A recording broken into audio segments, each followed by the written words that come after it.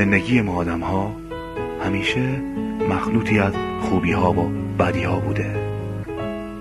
خاطرات ما همیشه پر از زشتی ها و زیبایی هاست. دنیایی که توش زندگی میکنیم مملو از واقعیات تلخ و شیرینیه که هر روز باشون برخورد میکنیم.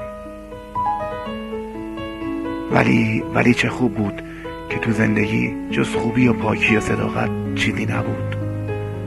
همه آدم ها تو زندگیشون یه رنگ و صادق بودند و هر کسی به هر چیز خوبی که دلش میخواست میرسید. ولی افسوس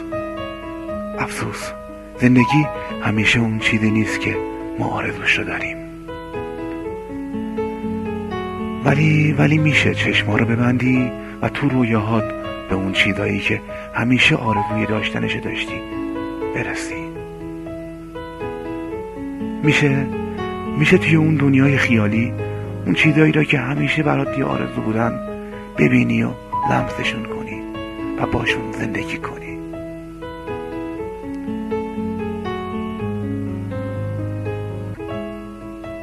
میشه چشما رو بست و دعا کرد. دعا برای اونایی که دوستشون داری.